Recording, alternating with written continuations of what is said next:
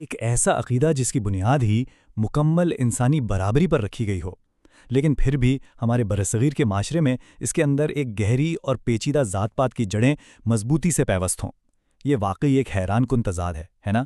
آج کے اس جائزے میں ہم انہی پہلوؤں کو سمجھنے کی کوشش کریں گے کہ آخر یہ ذات برادری کا تصور یہاں آیا کہاں سے اور اتنا پروان کیسے چڑھا۔ بنیادی پیغام تو بالکل صاف اور واضح تھا۔ کسی عربی کو عجمی پر کوئی فضیلت نہیں سوائے تقوی اور اچھے اعمال کے، یعنی پیدائش یا نسب کی بنیاد پر کوئی کسی سے بہتر نہیں۔ لیکن سچ تو یہ ہے کہ جب ہم اپنے ارد گرد کے زمینی حقائق دیکھتے ہیں تو اس اصل پیغام اور ہماری عملی زندگی کے درمیان زمین آسمان کا فرق نظر آتا ہے۔ حصہ اول، پہچان کی جڑیں، نسب سے لے کر درجوں تک۔ تو سوال یہ ہے کہ یہ سب شروع کہاں سے ہوا؟ اصل میں ماخذ ہمیں بتاتے ہیں کہ عرب معاشرے کے ماڈل میں قبائلی شناخت کا بنیادی مقصد صرف اور صرف لوگوں کی پہچان تھا۔ مثال کے طور پر قریش کے خاندان سے ہونا محض ایک تعارف تھا، لیکن کہاں وہ سادہ سا تعارف اور کہاں ہمارا برصغیر۔ جب یہی تصور یہاں کے ذات پات کے نظام میں ڈھلا تو پہچان کی بجائے یہ اونچ نیچ اور درجہ بندی میں تبدیل ہو گیا، یعنی بات پہچان سے آگے بڑھ کر خود کو برتر اور دوسروں کو کمتر سمجھنے تک جا پہنچی۔ حصہ دوم، ہندوستان میں اسلام کی آمد اور ثقافتوں کا ٹکراؤ۔ جب باہر سے مسلمان برصغیر میں وارد ہوئے تو سماج میں ایک بہت بڑی تبدیلی آئی۔ جو لوگ باہر سے آئے تھے انہوں نے مقامی لوگوں کے مقابلے میں خود کو معاشرتی طور پر اوپر سمجھا۔ اب جو مقامی لوگ تھے، خاص طور پر جو پسماندہ طبقات تھے، انہوں نے جب اسلام قبول کیا تو انہیں برابری کا تصور تو ضرور ملا، لیکن صدیوں پرانی ہندوستانی ذہنیت راتوں رات تھوڑی ختم ہوتی ہے۔ وہ پرانا سماجی ڈھانچہ ویسا ہی رہا، یہاں تک کہ سید جیسا انتہائی محترم لقب جو خالصتاً حضرت امام حسن اور امام حسین کی نسل سے منسوب تھا، اس کے علاوہ باقی سب کو مختلف ذاتوں اور برادریوں کے خانوں میں بانٹ دیا گیا۔ حصہ سوم، پیشے بطور ذات، جب محنت ایک لیبل بن گئی۔ تاریخ کے اوراق پلٹیں تو پتہ چلتا ہے کہ کیسے بنیادی اور عملی پیشوں کو زندگی بھر کا لیبل بنا دیا گیا۔ مثال کے طور پر جو لوگ کپڑا بنتے تھے انہیں جلاحہ یا انصاری کا نام دے دیا گیا، جو روئی دھنکتے تھے وہ دھنیا کہلائے، بال تراشنے کا کام کرنے والے حجام بن گئے اور تیل نکالنے والے تیلی۔ یہ سب وہ کام تھے جو کسی بھی معاشرے کو چلانے کے لیے نہایت ضروری ہوتے ہیں، لیکن افسوس ان پیشوں کو ہی مستقل ذاتوں کا روپ دے دیا گیا۔ اور واقعی یہ ایک بہت بڑا معاشرتی المیہ تھا۔ یہ محنت کش لوگ اور ان کے عملی پیشے جو دراصل سماج کی ریڑھ کی ہڈی تھے، بلا وجہ معاشرتی طنز اور مذاق کا نشانہ بن گئے۔ جو لوگ خود کو اونچی ذات کا سمجھتے تھے انہوں نے ان محنت کشوں کو حقارت کی نگاہ سے دیکھنا شروع کر دیا، اور یہی وہ مقام تھا جہاں سے سماجی ناانصافی کی ایسی خلیج پیدا ہوئی جسے ہم آج تک بھر نہیں پائے۔ حصہ چہارم، انصاری ٹائٹل کی حقیقت، شناخت کی ایک کیس سٹڈی۔ جب لفظ انصاری کی بات آتی ہے تو ماخذ میں اس کو اپنانے کی دو بنیادی وجوہات بتائی گئی ہیں۔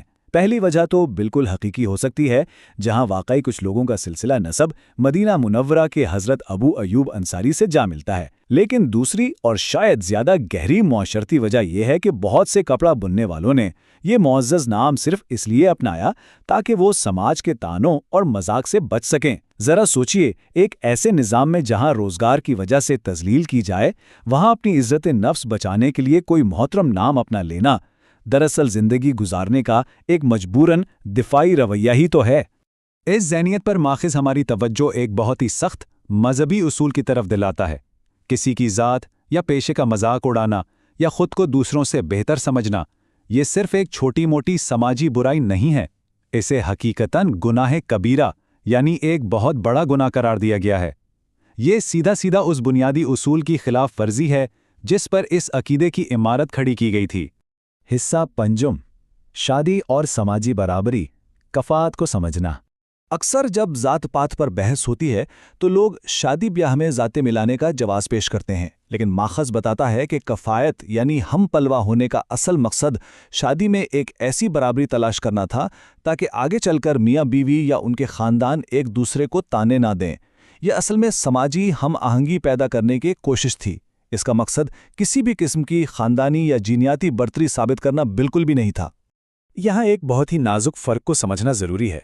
ایک طرف برابری کے لیے جوڑ ملانا ہے جو جوڑے کو مستقبل کے تانوں سے محفوظ رکھتا ہے، جبکہ دوسری طرف خالص پن یا جسے لوگ پیورٹی کہتے ہیں اس کے لیے جوڑ ملانا ہے جو کہ محض ایک چھوٹی برتری کے احساس کو فروغ دیتا ہے۔ اصل مقصد تو رشتے کو مضبوط اور محفوظ بنانا تھا، لیکن وقت کے ساتھ اسے اتنا غلط سمجھا گیا کہ یہی چیز ذات پات کی برتری جتانے کا ہتھیار بن گئی۔ حصہ ششم، تقوی جو کہ حتمی معیار ہے۔ اس ساری بحث کا نچوڑ ایک بہت ہی خوبصورت اور حتمی اصول میں چھپا ہے۔ اگر تم میں کوئی برتر ہے تو اس کی بنیاد صرف اور صرف تقوی ہے۔ انسانی قدر و قیمت، اس کا رتبہ اور اس کی برتری ناپنے کا صرف ایک ہی پیمانہ ہے، اور وہ ہے اس کا کردار، اس کے اعمال اور اس کا تقوی۔ کوئی انسان کیا کام کرتا ہے یا اس کی پیدائش کس خاندان میں ہوئی، یہ چیزیں کبھی فیصلہ نہیں کر سکتیں کہ وہ کتنا عظیم ہے۔ اور اس بات کا سب سے بڑا ثبوت عبدالعباس احمد قصاب کی تاریخی مثال ہے۔ جیسا کہ ان کے نام ہی سے ظاہر ہے، وہ پیشے کے لحاظ سے قصاب تھے۔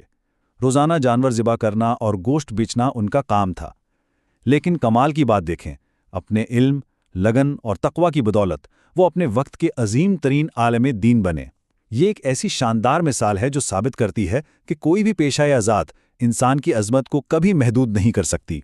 دیکھیں، اپنے والدین اور اپنے خاندان پر فخر کرنا ہر انسان کا فطری حق ہے۔